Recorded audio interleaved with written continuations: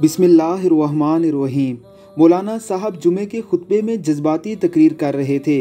मेरी ज़िंदगी के सबसे सुहाने शबो रोज़ जिस औरत के बाजुओं में गुजरे हैं वो औरत मेरी बीवी नहीं थी। हाजरीन को सांप सूंघ गया। मौलाना ये क्या कह रहे हैं? मौलाना ने तजस्सुस ख़त्म करते हुए कहा, घबराइए नहीं, वो औरत मेरी माँ थी। एक साहब को ये बात बहुत पुरलुत्फ लगी। सोचा क्यों ना घर जाकर अपनी बीवी को भी इस लुत्फ में शामिल कर लूँ। सीधा किचन में गए जहाँ उसकी बीवी अंडे फ्राई कर रही थी।